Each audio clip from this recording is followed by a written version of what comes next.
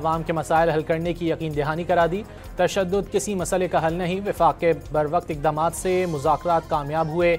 भारत की आज़ाद कश्मीर में खूनरेज़ी की ख्वाहिश कभी पूरी नहीं होगी, रहनुमाओं की प्रेस कॉन्फ्रेंस।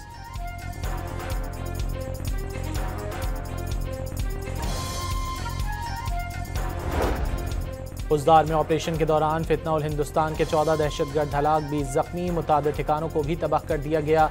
बलूचिस्तान के अवाम और फोर्सेज मिलकर वतन दुश्मनों के नापाक अज़ाइम को खाक में मिला रहे हैं। वज़ीर आला बलूचिस्तान का फोर्सेज और बहादुर अवाम को खिराज तहसीन।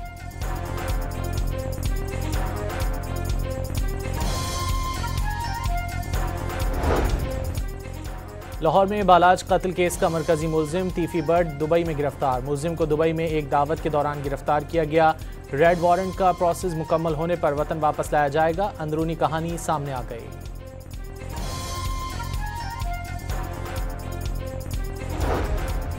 बलूचिस्तान में विरासती मुकदमात निपटाने के लिए अहम इकदाम। बलूचिस्तान हाई कोर्ट के चीफ जस्टिस रोजी खान ने 2 खुसूसी एपलेट कोर्ट्स कायम कर दिए। मीरपुर आज़ाद कश्मीर के इलाके इस्लामगढ़ लैंडस्लाइडिंग के बायस 8 मकानात तबाह, खुशकिस्मती से कोई जानी नुकसान नहीं हुआ।